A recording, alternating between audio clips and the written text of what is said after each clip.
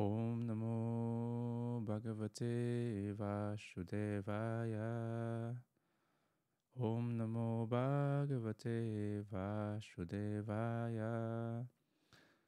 Om Namo Bhagavate Vasudevaya.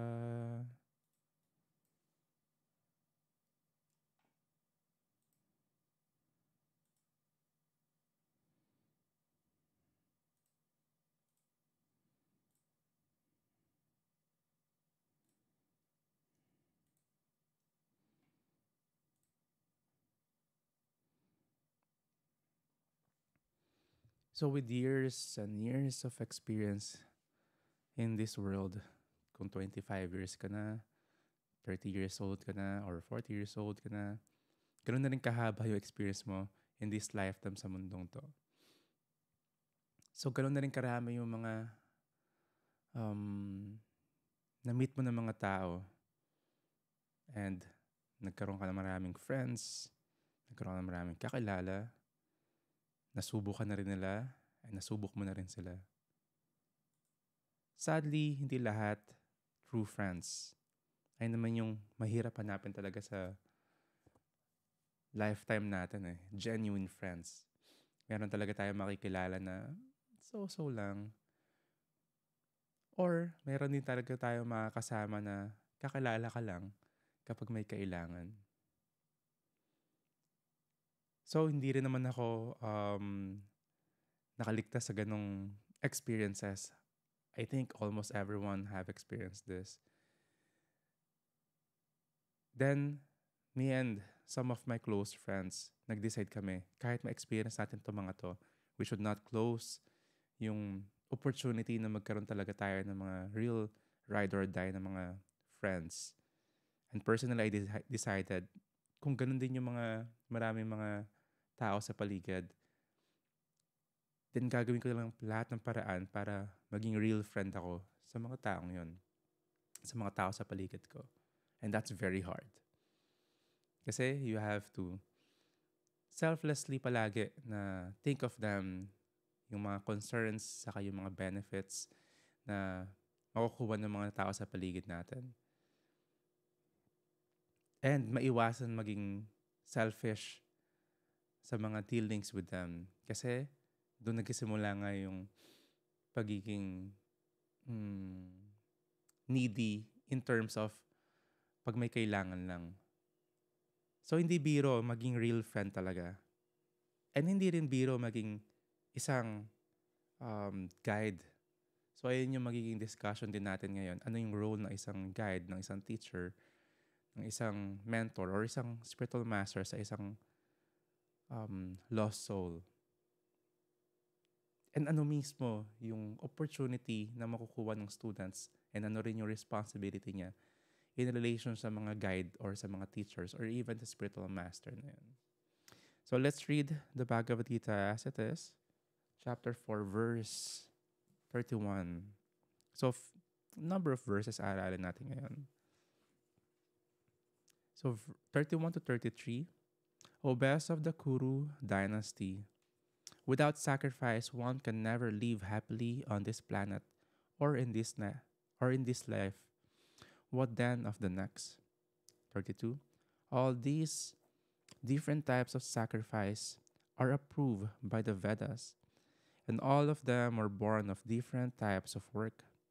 Knowing them as such, you will become liberated.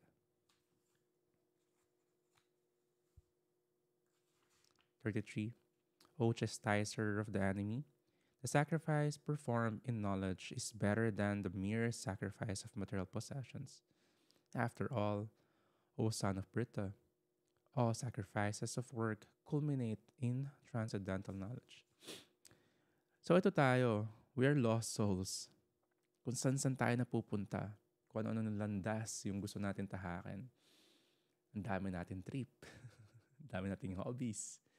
Ang dami nating passion. Tapos nagko-focus tayo ng maraming, ibibigay tayo ng maraming focus, time, and energy doon. So ito yung ni-explain ni Krishna. After ng Karma Kanda na conversation nila, na topic nila, na doing everything just for the sake of the karma, the reactions. Gusto na naman gusto pumunta ni Krishna doon sa next level. Actually, meron mas mataas dyan. That is karma yoga. Doing everything in connection as an offering or sacrifice. So lahat naman talaga may mga ginagawang sacrifice. When I was young, narinig ko palagi doon sa hardcore scene. There's a saying, may grupo doon. Tapos may mga tattoo sila. Yung nakalagay is, for my loved ones, I will sacrifice. Which is totoo. Nakita natin yung mga fathers, yung mga providers, yung mga nanay, di ba, parents, or ano yun, yung mga taong nag-show ng care and love. They always sacrifice. That's one form of sacrifice. May form ng sacrifice din na ino-offer sa demigods for them to have some relief sa buhay nila. Yung mga fire yagnas, yung mga philanthropic activities, they're desiring for some in return. So next level yon na sacrifice. Diniscuss din natin yung different ashrams kung ano yung mga sacrifices nila. Diba, there was an example na sinabi ni Krishna, for those who are brahmacharis, they sacrifice yung mind control. Kasi ito yung matutulong nila in service and also sa mga ibang tao. And those who are also householders, they should control the senses. So mga sacrifices to. The question lang is, saan mo gagamitin yung sacrifice na yon? Saan mo i-divert yung sacrifice na yon? Or saan mo i-offer? So, kaya yung mga tao ligaw kasi lahat ng mga bagay sa mundo gusto na lang bigyan ng attention. Doon sila nagka-sacrifice. Kung saan-saan na lang. Kung saan-saan nila gusto ibigay yung time and energy nila. Sadly, makikita natin yung mga tao, hindi mo kailangan lumayo. Tingnan mo lang sa internet, ano yung mga consciousness ng mga pinapost nila. Bitterness, pwede sila mag-post ng mga rumors lang, or just entertainment. Doon sinasacrifice yung time and energy. Everyone is lost. Iilan lang, very rare lang talaga. Sabi ni Krishna, very rare lang yung gusto ng perfection ng life. And from those who will perfect their life, very rare lalo yung makakilala kay Krishna. So that's types of sacrifice. Next level nun, ito yung discuss ni Krishna, the Jnana Yoga, the knowledge. Yung next level ng karma yoga, is Gyan. To know, to learn yung knowledge. So from this, marami rin kinds of knowledge. Ang daming knowledge na pwedeng aralin sa academics, sa school, sa different sections ng Vedas. Ang daming pwede doon. Pwede ka mag-aral ng mga astrology or ibang aspeto ng buhay sa Vedas. Pero very rare yung may chance or opportunity to learn the transcendental knowledge. So another level yon. Text 34. Just try to learn the truth by approaching a spiritual master. Inquire from him submissively and render service unto him. The self-realized souls can impart knowledge unto you because they have seen the truth. So this is the guide ng student or disciple in approaching a spiritual master. Ano yung approach? Ano yung purpose niya? To learn the truth. So, hindi mo makukuha yung truth na to kapag hindi ka connected kay Krishna dun sa parampara. Someone could be famous, someone could be charismatic or powerful mystically. Pero pag walang connection kay Krishna, ligaw pa rin yun. Kung pupunta ka sa isang destination, pupunta ka sa Vraj Eco Village, kung di ka papunta sa south, di ka dadaan doon sa mga route papunta dito, kahit gaano kaganda yung flow ng pag-drive mo, walang traffic, diba, very awake ka, very attentive ka, kahit anong ganda ng kotse yung ginagamit mo, hindi ka pa rin pupunta sa destination. So, ganun yung importance ng parampara, ng guru. They will give the direction and also the access. You will not just get an access papunta kay Krishna just by many sacrifices sa buhay. Mag-control ka ng senses or maging brahmachari ka, makikilala mo lang si Krishna. Or maging perfect ka in chanting the mantras na mga meron sa mga fire sacrifices. Hindi pa rin makukuha yung bhakti. Ganun ka, rare. Makukuha mo lang yung bhakti kapag na-meet mo yung devotee na may bhakti sa heart. And that is coming from the genuine parampara, genuine authority. So in practical sense, pwede nang isipin ng tao, ay sige, nakilala ko si Prabhupada, di na ako connecta sa ibang devotees. Hindi rin ganun yung proseso. We still have to connect to devotees. We still have to connect sa mga disciples ni Prabhupada or yung authority na inassign ni Prabhupada. So ito yung importante sa pag-connect sa guru to learn the truth. Ano yung mood? Ito yung mood na sinabi. Inquire from him submissively and render service unto him. So kailangan mag-inquire submissively, hindi challenging. Si Arjuna, pag binasa natin yung mga words niya, kapag nag-inquire siya kay Krishna, very humble, very submissive, like a student, proper student, hindi challenging. That's the real mood para may reception din ng knowledge. And hindi one way. Hindi ka lang pupunta sa guru, sa teacher mo kapag may kailangan ka. Hindi ka lang magpaparamdam sa guru mo kapag may problema ka. So we must serve them. Render service unto them. Kailangan palagi gawin yon. Prabhu, yung diksha guru ko lang, yung mag-serve ako, the rest, tablado lahat.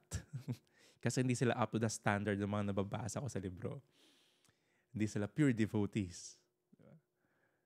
Hindi ko gusto yung mga nasa management or hindi ko gusto yung mga seniors or hindi ko gusto yung mga tao sa paligid. If ganito yung thinking ng isang devotee, they are called neophytes. The beginner. Kasi nakikita lang nalang worshipable is yung deities or yung guru. The rest, hindi. Same din yon. Representative sila ng gurus. Or representative din sila ni Krishna. In other or macro perspective, hindi ako niniwala sa mga gurus or sa mga deities. Si Krishna lang. Or yung God lang. So ayaw na naman niwala doon sa representative. It's a beginner's mindset. Neophyte mindset. So hindi natin nakikita si Krishna expanded himself sa mga devotees. Kasi nakikita natin palagi yung fault. Lumalapit lang tayo pag may kailangan. Ayaw natin mag-render ng service. So very important yung mood na to render service. You're building a relationship like friends. You cannot just ask favor. Diba? Puro hingi ka lang ng favor. Tapos pag di ka na pagbigyan, magkatampo ka. Madamot. Or hingi ka ng mga magagandang bagay and also ng mga services. Pero ikaw ayaw mag-serve din. It's one way lang. So ganito rin dapat yung relationship natin sa gurus or the other devotees. Meron tayong service na i-render. It's a reciprocal. Ganun yun, two-way yung relationship.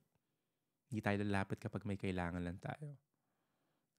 Hindi nga natin kinakamusta yung guru eh. Dapat lang tayo doon para kuha ng mga bagay-bagay. Feeling natin, ayun nga yung isang diniscuss natin last time. Yung mindset ng karamihan ng tao kung paano sila nagiging tama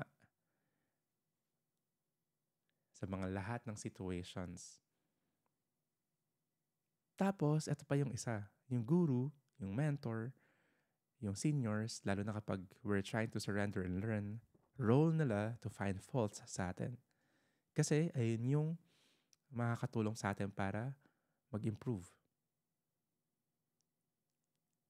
But because of our own egos, ang gusto lang natin marinig yung magagandang bagay. Ang galing-galing mo talaga.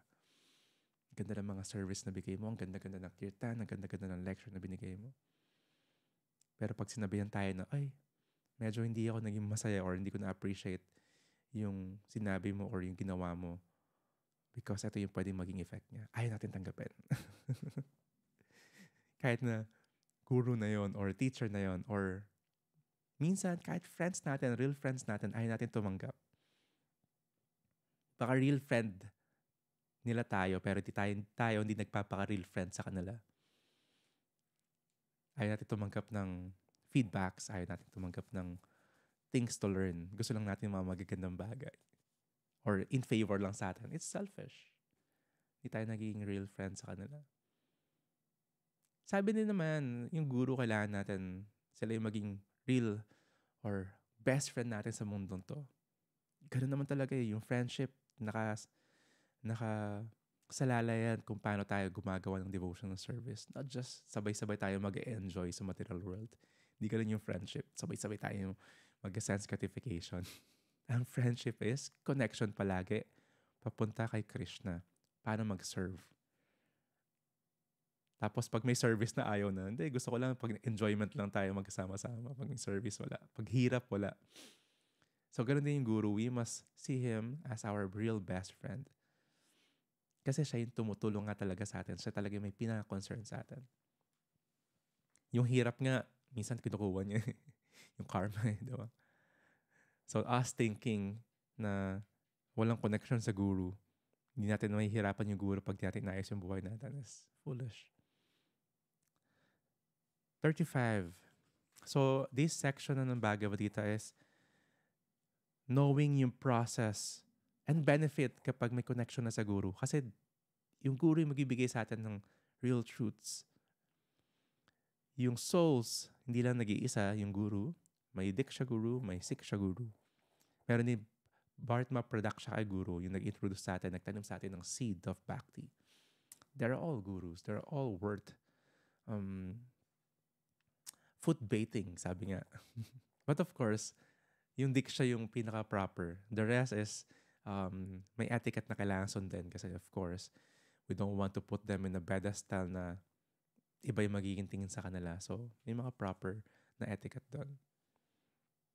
But mainly, we should be the real friend to them. Not just get yung mga may benefit tayo. Kailangan mag-serve tayo sa kanila. Maging real friend din nila tayo. So, sobrang importante yun. Ayun yung role ng isang disciple or isang student or isang friend.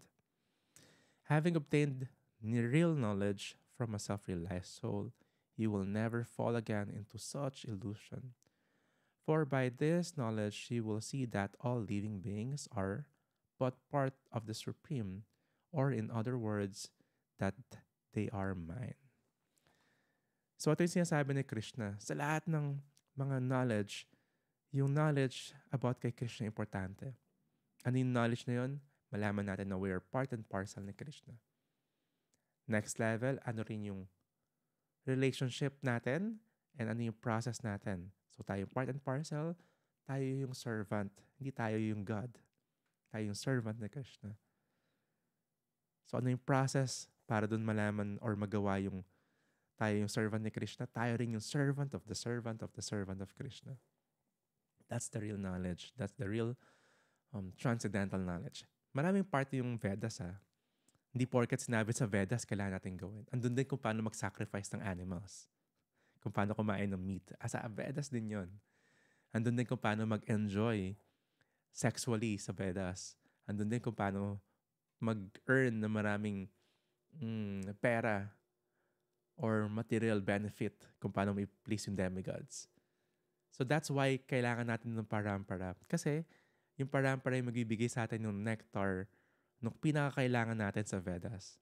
Which is si Prabhupada, sinabi niya. Bhagavad Gita, na Srimad Bhagavatam. And sabi rin ng mga acharyas, yung Srimad Bhagavatam is the nectar of all the Vedas. Ayun yung pinakakailangan. Actually, ayun yung conclusion ng Vedas. Hindi mo na kailangan daanan pa. We don't have a lot in this lifetime. Basahin nga yung libro ni Prabhupada, hirap na tayo. Basahin pa lahat ng sa Vedas. Lalo na sa internet ngayon, lahat makikita mo ba sa Vedas is pina-follow. Oh, sabi sa Vedas, pwede pala mag-ganitong intoxication or mag-ganitong meat eating or mag-ganitong illicit activities. Quoted daw sa Vedas yon. So, hindi. Kailangan natin malaman yung real conclusion.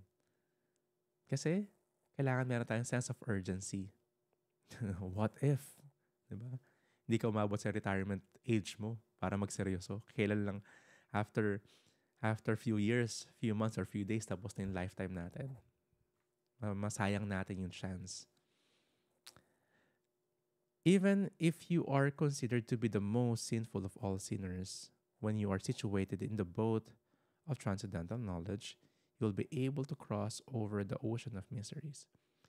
And in the proper Prabhupada mentioned here, yung proper understanding. Ito yung metaphor or analogy na nandun tayo sa boat of transcendental knowledge. Kahit sinful tayo. Pero nandun tayo sa process. Kung papunta ka sa Vraj Eco Village, kahit sira-sira yung kotseng sinakyan mo, papunta ka pa rin dito. Kung sinful tayo, pero nandun tayo sa boat, pa-cross the material ocean, cross pa rin tayo.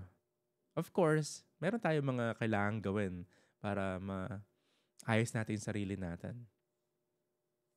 Pero pag umalis ka sa boat na yon, kahit great swimmer ka, lagay ka sa gitna ng ocean, hanggang kailan mo lang kaya mag-float, mag-swim, di ba?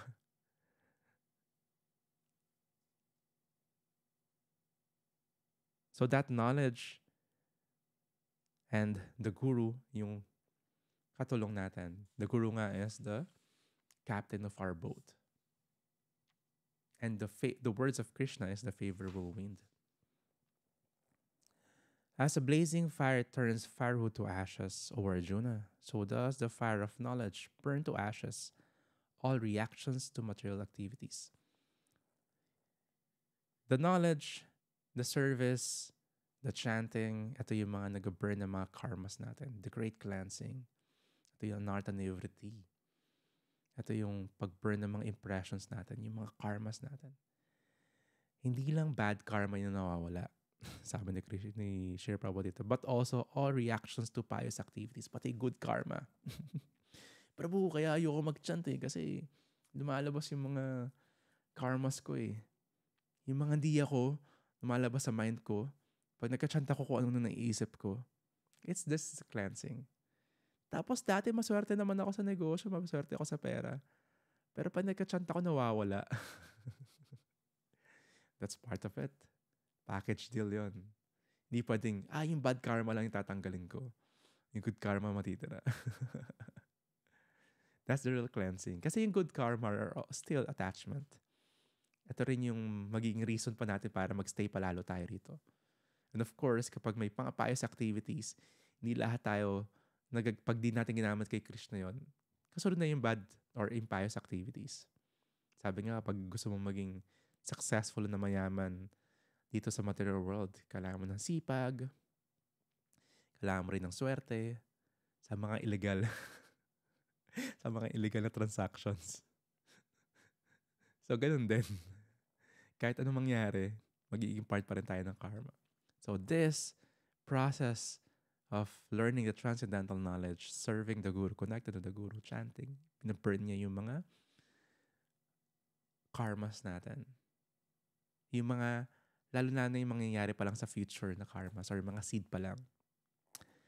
In this world, there is nothing so sublime and pure as transcendental knowledge.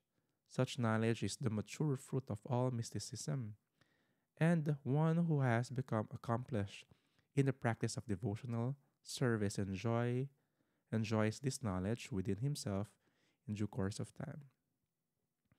Ang sarap pag nalaman mo yung truth, no? Minsan nga pag nanonood ka ng movie, gusto mo malaman anong reason bakit nangyari to or ano yung end. Ano yung truth? Ano ba yung nahanap na ng painting? Lalong-lalo na sa buhay natin. Sino ba talaga yung supreme? Ano ba talaga yung purpose ko rito? Gusto mo yung truth. And doon ka talaga mag-enjoy sa buhay pag nalaman mo talaga yung truth. Ano ba talaga yung ginagawa mo sa mundong to? Ano ba yung purpose mo? Kasi kung ligaw-ligaw ka lang, hinahanap ko talaga yung identity ko I'm a lost soul. Nag-soul searching ako. Di ba yun yung mga hinahanap ng mga tao? So minsan, di ba, since we have this community, marami rin ako nakakausap in different levels ng class ng tao, different level ng society. Meron talaga yung sobrang taas. Yung apelido nila very common. Very common kasi sila yung mga mayayaman or mga 1%er ng society. Pero same problem. They don't know who they are.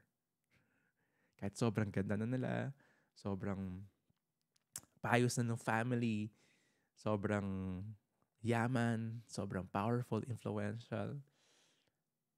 Pero hindi nila kilala talaga yung sarili nila. Hindi nila alam sila yung souls na part and parcel sila ni Krishna or servant sila ni Krishna. Pag di mo alam yun, hindi ka talaga magiging masaya. Kahit anong tabon mo na material na mga polished na bagay, wala pa rin. So, ayun yung nagbibigay sa atin ng real happiness. A faithful man who is dedicated to transcendental knowledge and who subdues his senses is eligible to achieve such knowledge.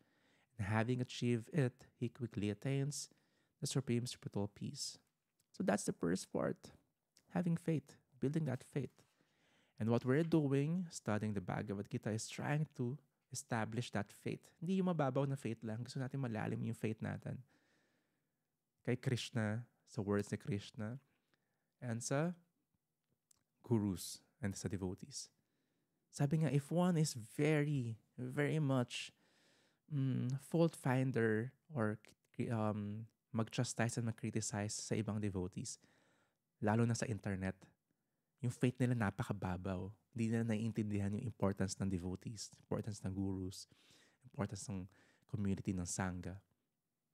And habang nag-criticize or fault find sila, sinisiraan nila yung ibang devotees, spreading the rumors because of some insecurities or whatsoever, envy, or feeling nila tama sila, ito yung mga mali.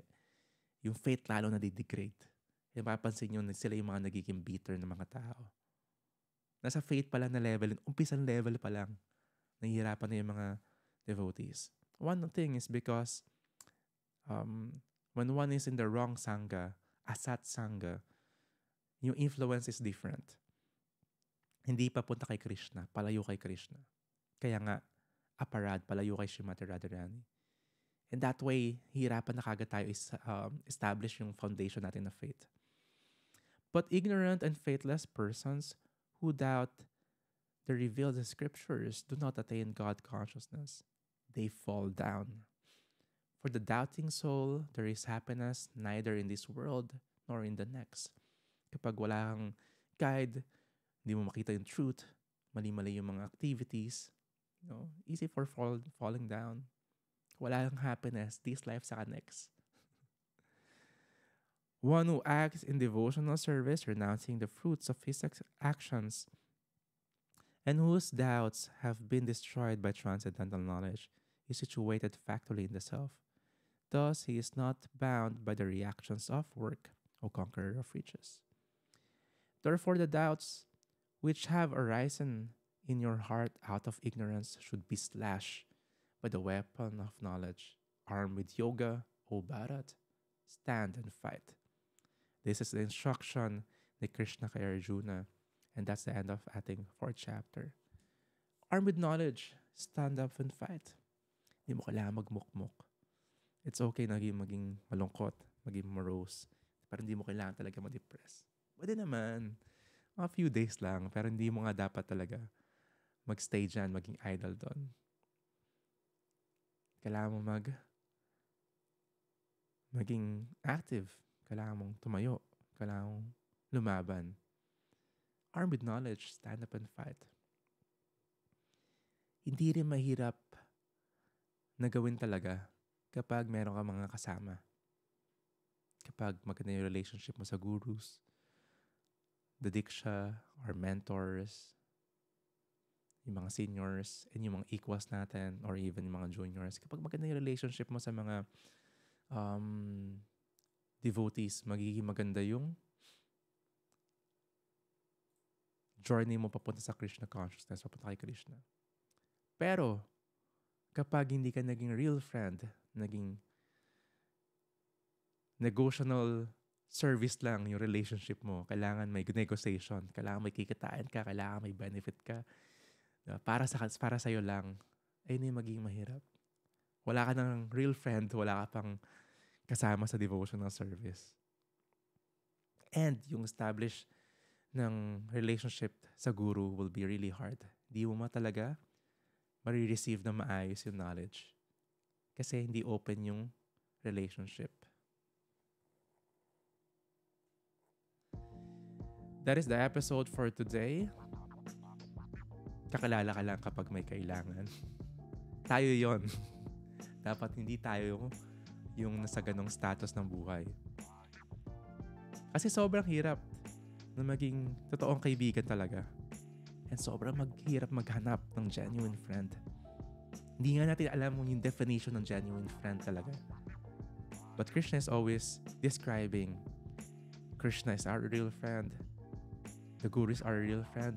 And yung very close na makasama natin palagi are the devotees. Yung technique lang para magkaroon ka ng totoong kaibigan is maging totoong kaibigan ka rin. Be there, ups and downs ng mga tao sa paligid mo. Be there para matulungan mo sila. In that way, gusto mo rin ibigay si Krishna selflessly.